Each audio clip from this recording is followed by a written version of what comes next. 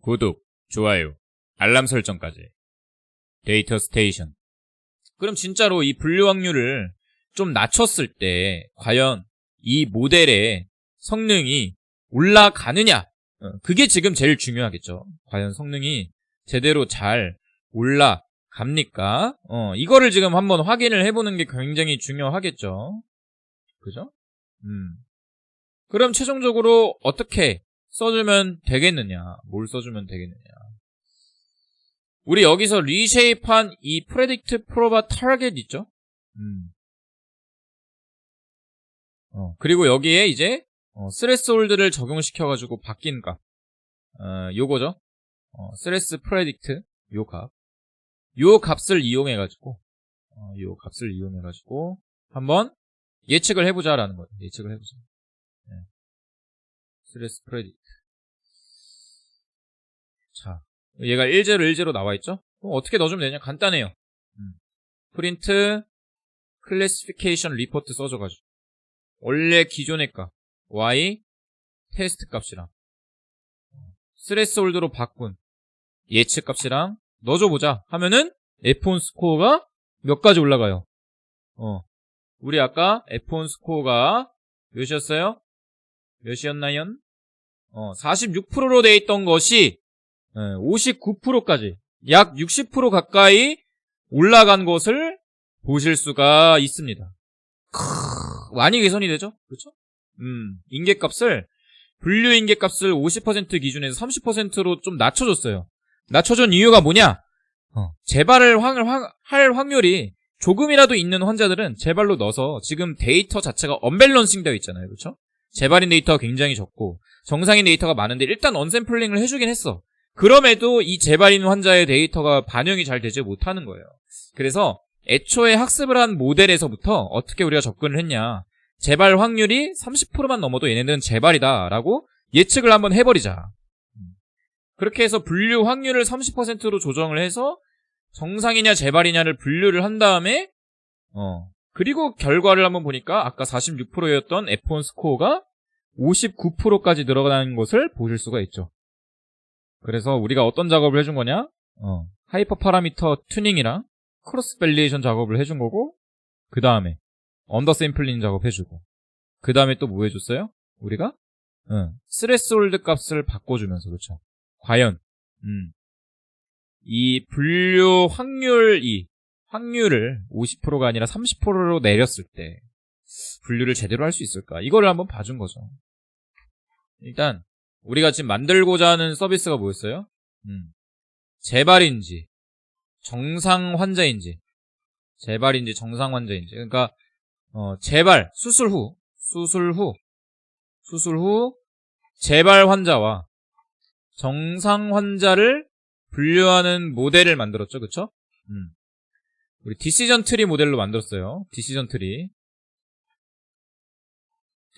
모델로 만들었고, 우리가 이 스케일링은 어떻게 해줬느냐? 민맥스 스케일로 해줬어요. 그쵸? 맥스 스케일링을 해줘서 우리가 이제 파이프라인을 구축을 해줬고, 크로스 밸리데이션은 5회를 기준으로 해줬어요. 그쵸? 그리고 이제 하이퍼 파라미터도 튜닝도 해줬고요. 하이퍼 파라미터 튜닝을 적용을 시켜줬고요. 근데 우리가 첫 번째로 어떻게 작업을 해줬었냐? 일단 이 작업만 해줬을 때, 그쵸? 요렇게 해준 거예요. 일단 우리가 파이프라인 파이프에다가 어떻게 해준 거예요? 파이프에다가 두 가지를 해준 거죠. 어떤 걸 두 가지를 해줬어요? 스케일링이랑, 그렇죠? 이게 민맥스죠? 스케일링이랑 모델링을 옆에 같이 해준 거죠. 그렇죠? 모델링. 의사결정 나무 모델로 만들어서 해준 거죠. 그렇죠? 모델링, 스케일링, 모델링. 요렇게 해서 만들었고, 그 다음에 이거를 어떻게 해줬어요? 우리 그리드 모델에다가 집어넣었죠. 그렇죠? 그리드 서치. 그리드 서치 모델에다가 어떤 거 해줬어요? 크로스 밸리데이션 해줬고, 그쵸? 하이퍼 파라미터 튜닝 해줬고, 스코어링도 해줬어요. 그리드 서치 기법을 써서. 그래서 베스트 모델을 찾았죠? 그쵸? 그래서 베스트 모델을 찾아서 우리가 뭘 확인을 했어요? 베스트를 찾아가지고, 그쵸? 베스트를 찾아서 우리가 어떤 거를 확인을 해줬어요? 여기서 베스트 모델을 찾아서 우리가 트리 구조랑 피처 임포턴스 값을 확인을 해줬죠? 그쵸? 트리랑 피처 임포턴스 요거를 확인을 해줬어요. 그쵸? 이걸 확인을 해줬는데 문제가 뭐예요? 성능이 개차반이었다. 성능이 몇 %였어요? 16%의 성능이 나왔었죠. F1 스코어를 기준으로 했을 때. 그쵸? 요렇게 해줬는데 여기에 결과가 지금 어떻게 나왔었냐면은 F1 스코어가 테스트셋에서 F1 스코어가 약 16% 정도 나왔어요. 그럼 이제 이걸 개선을 해야 되겠죠. 그쵸? 개선을 하기 위해서 우리가 어떤 작업을 해줬어요? 여기다가 추가로 뭘 넣었다면이야? 추가로 우리가 샘플링 작업을 해줬다면이야. 그쵸? 자, 여기다가 추가로 뭘 집어넣느냐? 언더 샘플링 작업을 해줬어요. 언더 샘플링 작업은 왜 해줬어요? 데이터의 비율이 지금 굉장히 깨져 있다고 했었죠. 그렇죠? 굉장히 깨져 있기 때문에 언더 샘플링 작업을 해줘서 데이터의 비율을 얼추 맞췄어요. 그렇죠? 그리고 그리드 서치 하이퍼 파라미터 튜닝을 해서 베스트 모델을 그려서 똑같이 피처 임포턴스 값을 계산을 했죠. 그렇죠?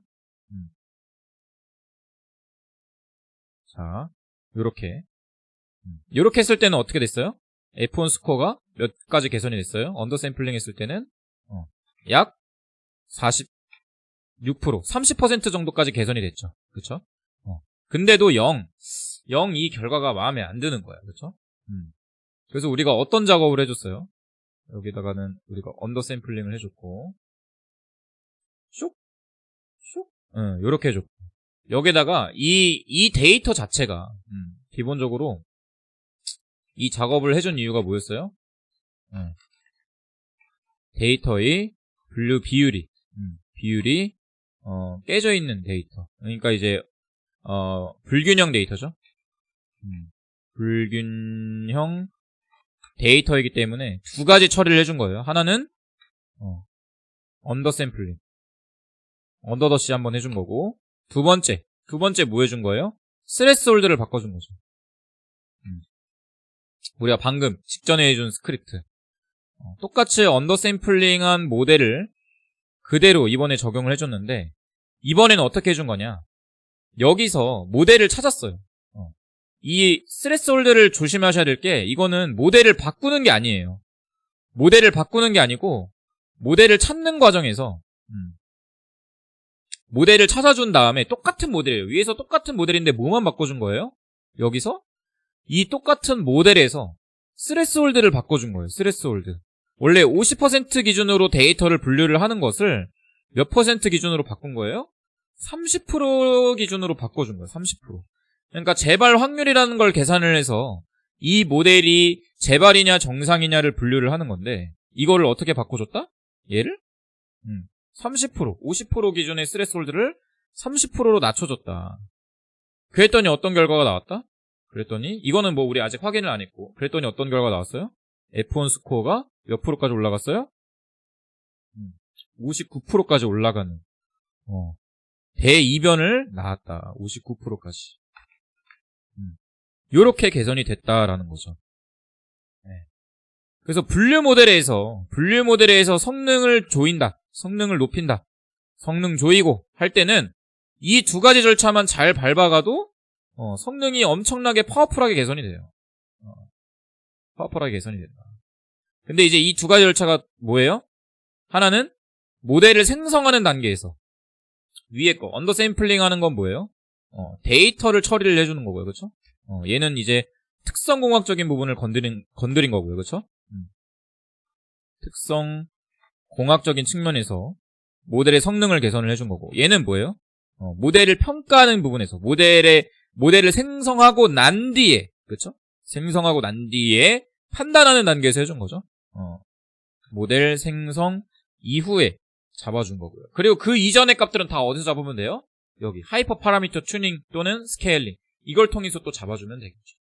그래서 지금 성능이 16%에서 46%로 올라갔다가 59%까지 짜자잔 하고 올라간 것을 우리가 볼 수가 있었다. 여기까지.